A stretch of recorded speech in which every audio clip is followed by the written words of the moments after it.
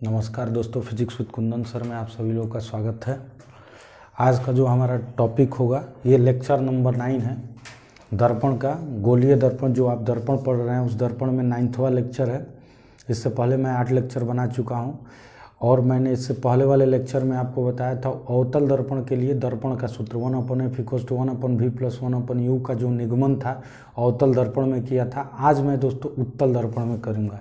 तो चलिए आज हम लोग दर्पण यानी ये जो प्रूफ करेंगे 1/f = 1/v + 1/u का निगमन किसमें, ये हम लोग करेंगे उत्तल दर्पण में। इससे पहले हमने उत्तल दर्पण में करेंगे। इससे पहले वाले लेक्चर में आप डायरेक्ट देख रहे होंगे तो इससे पहले वाले लेक्चर को देखिएगा, प्लेलिस्ट में मिल जाएगा। अवतल दर्पण में मैंने प्रूफ किया। चलिए उत्तल दर्पण में इसको प्रूफ करते हैं, समझते हैं। तो उत्तल दर्पण में अगर हम लोग प्रूफ करेंगे तो ये यहाँ से फिगर हम लोग बनाते हैं क्योंकि फिगर के थ्रू ही सारी चीज़ें होंगी। तो ये उत्तल दर्पण हो गया। हमने एक मुख्य अक्ष खींचा, जिस बिंदु पर कट करता है उस बिंदु को हमने P दिया। यहाँ पर एक वस्तु हमने AB खड़ा किया, ये वस्तु हो गया AB। मुख्य अक्ष के कोई समांतर किरण गई, वो कहाँ से होकर जाती है दोस्तों, मुख्य अक्ष के समांतर कोई किरण गई, यहाँ से परावर्तित हो गई। परावर्तन के पश्चात ये कहाँ से होकर जाती है, फोकस से होकर जाती है। इतना तो बेसिकली आपको पता ही है। फिर वक्रता केंद्र से प्रकाश किरण को गुजारते हैं और सीधे प्रकाश किरण निकल जाती है C पर। तो ये आप C निकाल दें। जहाँ पर ये कट करता है वहीं पर इमेज बनता है क्या, A' B'। तो ये इमेज बन गया। तो अब आप देखेंगे कि ये वस्तु बन गया, इमेज बन गया है। तो यहाँ पर A' B' इमेज बन गया है। अब यहाँ से हम नाम दे देते हैं कि ये पॉइंट जो है D है, D पॉइंट है जहाँ पर टकरा रहा है। चलिए ठीक है, ये D हमने दे दिया, ठीक है। तो ये D पॉइंट हमने दे दिया। अब जैसा कि आपको पता है कि P से लेकर सारी डिस्टेंस को भी कवर कर देते हैं, ये छोटा बना देते हैं इसको। तो ये देखिए यहाँ से लेकर यहाँ तक की दूरी को क्या कहते हैं, V बोलेंगे। ये F, यहाँ से स्मॉल f होगा फोकस के बीच की दूरी को, और इसको बोलेंगे R, कैपिटल R, वक्रता त्रिज्या। अब इसको क्या हम बोल देंगे, यहाँ से लेकर यहाँ तक की दूरी को क्या बोलते हैं दोस्तों, U। तो ये हम बोलते हैं U। तो इस तरीके से आप कह सकते हैं कि ये U हो गया, ये V हुआ, F और R। तो ये तो फिगर में दिखाया गया। अब देखिए यहाँ पर हम लोग क्या करेंगे कि यहाँ से हम लोग लंब डाल देते हैं, यहाँ पर परपेंडिकुलर ड्रॉप करते हैं। ये हो जाएगा DN, ये क्या हो जाएगा DN। ये परपेंडिकुलर ड्रॉप इसलिए किया जा रहा है क्योंकि वहाँ पर DN यानी त्रिभुज लेने में कोई प्रॉब्लम ना हो। थोड़ा बड़ा बड़ा मैं लिख दे रहा हूँ ताकि आपको दिखाई दे, क्योंकि जब वीडियो शूट होती है दोस्तों तो उस केस में बोर्ड पर तो बड़ा होता है लेकिन थोड़ा छोटा दिखाई देता है, क्योंकि ये चीज़ें मोबाइल से ही हो रही हैं। कैमरा नहीं है, DSLR कैमरा जब होता है तब चीज़ें क्या होती है, काफ़ी बड़ी बड़ी दिखती हैं, बाकी क्लीन दिखता है। मोबाइल से ही है, धीरे धीरे सारी व्यवस्थाएँ हो जाएंगी। फिर भी आप देखिए, कोशिश होगा आपको बढ़िया से बढ़िया पढ़ाया जाए, कंटेंट दिया जाए ताकि आपको प्रॉब्लम ना हो। चलिए इस फिगर को एक बार समझ लीजिए, फिर मैं इसको आगे निगमन करने का प्रयास करता हूँ, निगमन करता हूँ। चलिए अब आपको और भी क्लीन दिख रहा होगा। चलिए देख लेते हैं ये। तो अब हम लोग प्रूफ करने स्टार्ट करते हैं इसका। बेसिकली आपको तो इतनी जानकारी है ही, क्योंकि इससे पहले वाले सारे लेक्चर देखे होंगे तो आपको पता ही होगा कि U V R कहाँ कहाँ होता है। अब चलते हैं आगे की तरफ इसमें। अब देखिए त्रिभुज लेकर समरूप त्रिभुज के थ्रू ही हम लोग प्रूफ करते हैं। तो देखिए क्या त्रिभुज बनेगा। तो एक त्रिभुज बनेगा ABC और दूसरा A' B' C, एक त्रिभुज बन जाएगा। तो चलिए बड़ा वाला त्रिभुज लेते हैं ABC। तो लिखेंगे चूंकि त्रिभुज ABC तथा त्रिभुज B'A' F क्या है, समरूप त्रिभुज है, समरूप त्रिभुज है। ये कैसे त्रिभुज है दोस्तों, समरूप त्रिभुज है। अब बात आती है कि ये समरूप त्रिभुज क्या होता है। तो समरूप दो त्रिभुज समरूप तभी कहलाते हैं जब उनके तीनों कोण आपस में बराबर हों, तो भुजाएं क्या हो जाती है, अनुपातिक होती है। तो अब इस त्रिभुज में हम दिखाएंगे कि तीनों कोण आपस में बराबर होगा। तो साइड में हम लोग लिखेंगे, चलिए मैं इधर लिख रहा हूँ कि चूंकि, अब बताइए ये एंगल A, इसमें एंगल ए 90 है और ये बड़े वाले में देख रहे हो बी ए डैश सी, तो इसमें भी एंगल ए डैश क्या है 90। तो एंगल ए बराबर एंगल ए डैश क्यों बराबर है जी 90 डिग्री, समकोण है। अब देखो आगे देखते हैं कि A C B angle A C B बड़े त्रिभुज में ए बी ए सी में या ए बी सी में, आप इसको कर दे ऐसे बी ए सी ही ले लें, त्रिभुज बी ए सी। तो देखिए तो आप देखेंगे कि ए सी बी बराबर क्या है, इसमें भी ए डैश सी बी है, ए डैश सी बी, यानी दोनों में सी एंगल है, यानी इस बड़े त्रिभुज में ए सी बी और A dash C B B dash sorry B dash A dash C B dash, तो इसमें आप देख रहे हैं ये वाला एंगल दोनों में क्या आ रहा है, सेम आ रहा है, इस तरीके से इक्वल होगा। तो जाहिर सी बात है कि जब दो त्रिभुज के दो कोण आपस में बराबर हो गए तो तीसरा तो बराबर होगा ही, यानी एंगल बी किसके बराबर हो जाएगा, एंगल बी डैश के बराबर हो जाएगा। इस तरीके से दो त्रिभुज के तीनों कोण आपस में बराबर हैं तो दोनों त्रिभुज समरूप होंगे। समरूप का मतलब एक जैसे होना होता है, ऐसा नहीं कि दोनों एक ही आकार के होंगे यानी एक साइज के होंगे, वो छोटा बड़ा हो सकता है, ठीक है, लेकिन वो त्रिभुज है तो ये भी त्रिभुज है, ये समकोण त्रिभुज है तो वो भी समकोण त्रिभुज होगा। ऐसी प्रॉपर्टी होती है जिनको हम समरूप कहते हैं। बाकी गणित के आप स्टूडेंट हैं तो गणित वाले छात्र तो समझते ही होंगे कि क्या होता है, लेकिन जो बायो वाले स्टूडेंट हैं वो समझ जाएं कि समरूप की कंडीशन होती है कि तीनों क्या होता है, कोण बराबर होने चाहिए, भुजाएं अनुपातिक। और इससे पहले वाले लेक्चर में मैं बताया था कि अनुपात को कैसे लिखते हैं, खड़ी भुजा अपॉन खड़ी भुजा। तो ये बताइए इस त्रिभुज में खड़ी भुजा क्या होगी, ए बी, और खड़ी भुजा क्या हो गया, ए डैश बी डैश बराबर पड़ी भुजा क्या होगी, ए C upon A dash F, A dash C sorry A dash सी। तो इस तरीके से ये क्या हो गया, इक्वेशन नंबर 1 बन गया।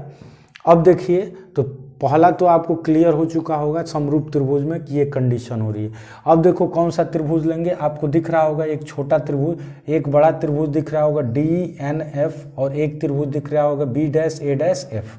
तो लिखेंगे चूंकि त्रिभुज D N C D N sorry F C नहीं एफ, त्रिभुज डी एन एफ तथा त्रिभुज B dash A dash F, B dash A dash F क्या है, समरूप त्रिभुज है, समरूप त्रिभुज है।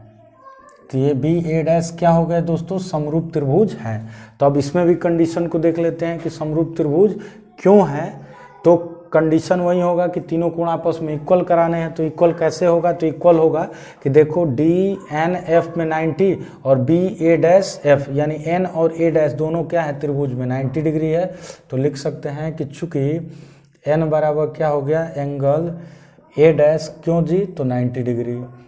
अब देखिएगा, अब देखें D F N, angle D F N equals to angle B dash F A dash, B dash F A dash.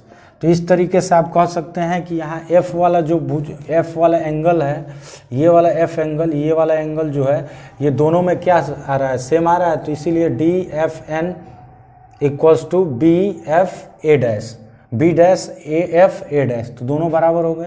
तो जाहिर सी बात है कि दो त्रिभुज के दो कोण आपस में बराबर है तो तीसरा कोण बराबर होगा, यानी ये डी किसके बराबर हो जाएगा दोस्तों, बी के बराबर। तो डी जो है बी डैश के बराबर हो गया, तो डी बराबर बी डैश। तो इस तरीके से त्रिभुज के तीनों कोण आपस में इक्वल हो गए हैं। तो अब दोनों त्रिभुज क्या हो गए, समरूप। तो समरूप में क्या होता है कि भुजाएं क्या होगी, अनुपातिक, यानी खड़ी भुजा डी एन आप लिखें इसलिए डी एन खड़ी भुजा अपॉन खड़ी भुजा ए डैश बी डैश बराबर पड़ी भुजा N F upon A dash F. ये बन गया आपका इक्वेशन नंबर 2। और जैसा कि आपको पता है कि ये डी एन जो है, डी एन क्या है, ए बी के पैरेलल दिख रहा है, डी एन जो है ए बी के पैरेलल, यानी डी एन की जगह हम क्या लिख सकते हैं, ए बी।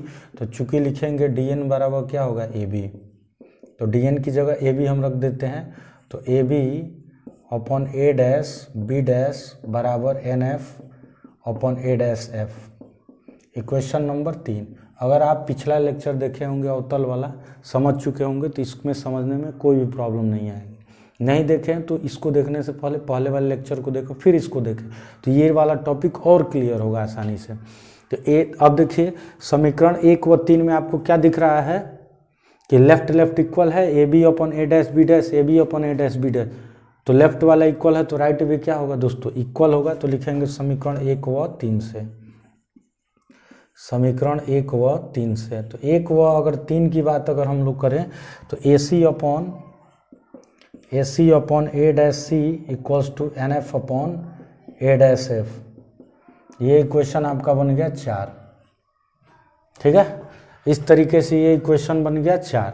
अब देखिएगा थोड़ा सा चेंजेस करने पड़ेंगे, हर दर्पण में किया जाता है कि चूंकि मानेंगे कि दर्पण का द्वारक अत्यंत छोटा है, यानी ये जो दर्पण आपको दिख रहा है ये दर्पण काफ़ी छोटा है, इस तरीके से आप दिखा दें, ये दर्पण था ना, ऐसे मैं मिटाया था, तो ये दर्पण जो है दर्पण का द्वारक अत्यंत छोटा है, और जब दर्पण का द्वारक अत्यंत छोटा होगा तो उस केस में डी क्या होगा, पी के अत्यंत निकट होगा। जब डी जो होगा पी के, जब डी जो है पी के अत्यंत निकट हो जाएगा तो उस केस में आप कहेंगे, चलिए डी जो है, डी क्या होगा, पी के अत्यंत निकट होगा, यानी ये डी वाला जो पॉइंट है पी के अत्यंत निकट होगा। इस स्थिति में हम लोग जो कह रहे हैं, जो आप एफ एन देख रहे हैं वो किसके बराबर हो जाएगा दोस्तों, पी एफ के, क्योंकि डी जितना पास आएगा नीचे आएगा, या एन भी किधर शिफ्ट होगा, पी की तरफ शिफ्ट होगा, तो उस केस में जो एफ एन है उसको क्या लिख सकते हैं, पी एफ लिख सकते हैं। तो लिखेंगे चूंकि दर्पण का द्वारक अत्यंत छोटा है,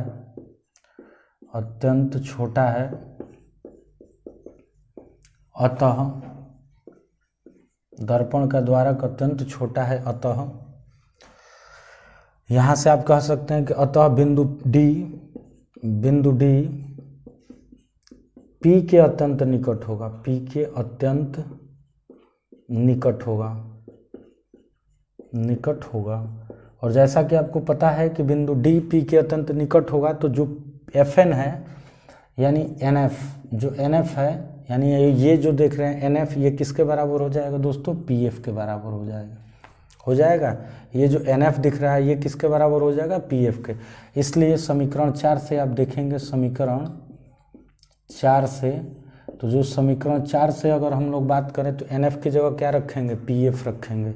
चलिए मैं लेफ्ट में मिटा रहा हूँ, आप लोग उतार चुके होंगे। चलिए तो अब हम लोग देखते हैं कि मैं ऊपर से लिख दे रहा हूँ कि यहाँ से, अब देखिए क्या होगा, समीकरण 4 से क्या हो गया, ए सी, यहाँ मैं लिख रहा हूँ ए सी अपॉन क्या हो जाएगा, A dash C equals to N F की जगह क्या रख दोगे, P F upon A dash क्या होगा, एफ। ये हो गया इक्वेशन नंबर क्या हो गया दोस्तों, 5। अब देखिए सारी की सारी जो वर्टिकल डिस्टेंस थी वो कहाँ कन्वर्ट हो चुकी है, क्षैतिज में। और हमारा पर्पज़ ये है कि त्रिभुज का रूल लगाते हुए जितनी भी वर्टिकल यानी वर्टिकल वाली भुजाएं हैं उनको कहाँ, यानी ऊर्ध्वाधर भुजाओं को किस में कन्वर्ट करना है, क्षैतिज में, क्योंकि सारा का सारा चीज़ कहाँ पर हमको पता है जो दोस्तों, क्षैतिज में ही पता है, क्योंकि यू भी एफ आर कहाँ है, क्षैतिज में। इसीलिए हम त्रिभुज का रूल यूज करके वर्टिकल यानी ऊर्ध्वाधर भुजाओं को क्षैतिज यानी हॉरिजॉन्टल भुजाओं में कन्वर्ट करते हैं, हॉरिजॉन्टल साइड्स में कन्वर्ट करते हैं, चेंज करने का प्रयास करते हैं और उसी में बदल देते हैं। अब देखिए AC कहीं दिख रहा है आपको, AC, इस AC को हम क्या लिख सकते हैं दोस्तों, AC को हम लिख सकते हैं AP या प्लस PC। लिखिए AP या प्लस PC बटे, अब देखिए A डैश C कहीं दिख रहा है, A डैश C, ये A डैश C है, इतनी दूरी है, तो इस PC में से हम पी ए डैश को घटा दे तो ए डैश सी निकल जाएगा, यानी इस टोटल ए डैश क्या निकालना है, सी, तो P C minus P C में से पी ए डैश को घटा दें आप, P A dash equals to P F upon A dash F. A dash F कैसे निकालेंगे, ए डैश एफ निकालने के लिए total P F minus P A dash. चलिए अब थोड़ा मान रख लेते हैं कि क्या होगा, क्योंकि मान भी रखना जरूरी है। और जैसा कि कल पता ही है, कल वाले लेक्चर में मैंने बताया था आपको कि चीज़ों को कैसे रखते हैं, जो चीज़ें दर्पण के बाईं ओर होगी माइनस होगा, दर्पण के दाईं ओर होगा क्या होगा, प्लस होगा। तो चलिए देखते हैं एपी। एपी कहाँ है दोस्तों, दर्पण के बाईं ओर है, तो दर्पण के जो बाईं ओर होगा वो माइनस, तो माइनस यू प्लस पीसी। देखो पीसी कहाँ है, राइट है, राइट है तो पीसी क्या है, आर है, चूंकि राइट है इसलिए क्या होगा प्लस।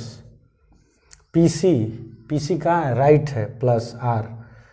अब देखिए पी ए डैश कहाँ दिख रहा है, पी ए डैश, ये कहाँ है, राइट है, तो इसलिए प्लस होगा। तो ये तो माइनस बीच में था ही, ये भी हो जाएगा। अब देखिए तो ऐसे लिख लें आप, प्लस आर, इसी को प्लस आर लिखें, प्लस भी लिखें ताकि आप कंफ्यूज ना हो। पी एफ, देखिए पी एफ कितना है, एफ है प्लस एफ, क्यों, राइट है, दाहिनी ओर है, P F plus F minus P A dash क्या हो गया, माइनस भी, ना सॉरी भी होगा, प्लस भी हो गया। तो इस तरीके से ये हो चुका है। तो एक स्टेप और चेंज कर देते हैं चिन्ह को, ये हो गया माइनस यू और प्लस में प्लस से गुणा होगा तो प्लस आर, ये क्या हो गया आर और माइनस में प्लस से गुणा होगा तो माइनस, प्लस एफ यानी एफ बटे ये एफ माइनस भी, तो एफ माइनस क्या हो गया भी, माइनस यू प्लस आर और आर माइनस क्या होगा भी, और एफ बाई एफ माइनस भी हो गया। तो चलिए उस साइड वाला मिटाते हैं और फिर इसी को सॉल्व करते हैं, फिर आपका सारी चीज़ें यहाँ से क्लियर हो जाएंगी और प्रूफ भी हो जाएगा। देखिए मैं अब इस फिगर को भी मिटा दे रहा हूँ क्योंकि इसका कोई काम नहीं है। चलिए देख लीजिए एक बार, अब तिर्यक गुणा करेंगे इसका इसमें और इसका इसमें, तो हम तो कहेंगे कि एक बार आर को कन्वर्ट ही कर देते हैं। और जैसा कि आपको पता है कि फोकस दूरी वक्रता त्रिज्या का क्या होता है, आधा, तो आर इक्वल्स टू क्या हो जाएगा, 2f होगा, तो रख दीजिए माइनस यू और प्लस आर की जगह क्या रखोगे 2f। देखो ये आर है तो इसकी जगह 2f, जहाँ जहाँ आर है वहाँ वहाँ 2f, तो 2f माइनस भी, तो 2f माइनस भी बराबर f बाई एफ माइनस क्या हो गया भी। अब लिख सकते हैं, चूंकि इस साइड में लिख लीजिए, चूंकि फोकस दूरी वक्रता त्रिज्या की क्या होती है आधी, इसलिए आर इक्वल्स टू क्या हो गया 2f। चलिए तिर्यक गुणा करते हैं, माइनस यू प्लस 2f, फिर ये हो गया f minus v equals to F 2f minus v, गुणा कीजिए माइनस यू एफ और माइनस माइनस प्लस होगा u v plus 2f square और प्लस में माइनस से गुणा होगा 2vf equals to 2f square minus vf। अब देखिए f स्क्वायर से ये गया, इसको आप इधर ले जाएं और इस uf को भी इधर ले जाएं, तो u भी हो गया, ये uf इधर जाएगा तो माइनस है तो प्लस uf, और इसको आप इधर ले जाएं, माइनस vf तो है ही पहले से, इसको इधर ले जाएं, प्लस 2vf, माइनस जाएगा इधर तो प्लस, u भी इक्वल्स टू क्या हो गया uf और माइनस माइनस क्या होगा प्लस, माइनस प्लस में से 2 में से 2vf में से vf घटाएंगे तो क्या होगा vf। अब देखो यहाँ से f कॉमन दिख रहा है, u प्लस क्या हो गया v हो गया, तो आप देखो यहाँ से f को आप नीचे लाओ और u भी को इसके नीचे ले जाओ, u plus v by u भी, और जैसा कि पता है ये पार्ट वाइज टूट जाएंगे अलग अलग, तो इसलिए आप कहेंगे कि 1/f इक्वल्स टू क्या हो गया u अपन u भी प्लस v अपन u भी, v से v कट गया, u से u कट गया, 1/f इक्वल्स टू क्या आ गया 1/v प्लस 1/u। और यही दोस्तों छठा इक्वेशन है, यही हमको प्रूफ करना था। इस तरीके से ये चीज़ें प्रूफ हो चुकी हैं। और जैसा कि आपको पता है कि f को कहते हैं फोकस दूरी, v को बोलते हैं दर्पण से प्रतिबिंब की यानी ध्रुव से प्रतिबिंब की दूरी, और u को बोलते हैं ध्रुव से लेकर वस्तु की दूरी, जो कि पहले लेक्चर में मैं लिखवा चुका हूँ। आप लिख भी सकते हैं, इन चीज़ों की तो बेसिक जानकारी हो ही चुकी होगी कि कैसे होता है। तो देखिए उत्तल और अवतल दोनों दर्पण के लिए मैंने बिल्कुल ही प्रूफ कर दिया है, यहाँ पर कहीं प्रॉब्लम नहीं होनी चाहिए। ठीक है, मैं बारी बारी से एक लेक्चर लेके आ रहा हूँ और आपको एकदम बिल्कुल डिटेल में, जैसे आप ऑफलाइन बैचेज़ में पढ़ते हैं बिल्कुल वैसे ही डिटेल में आपको सारी चीज़ें बताई जाएंगी। फिर भी अगर आपको प्रॉब्लम आ रही है तो आप कमेंट बॉक्स में ज़रूर लिखें, आपकी प्रॉब्लम दूर की जाएगी। वीडियो को शेयर करें, लाइक करें और ज़्यादा से ज़्यादा और सब्सक्राइब भी ज़रूर करें। थैंक्स। ओके।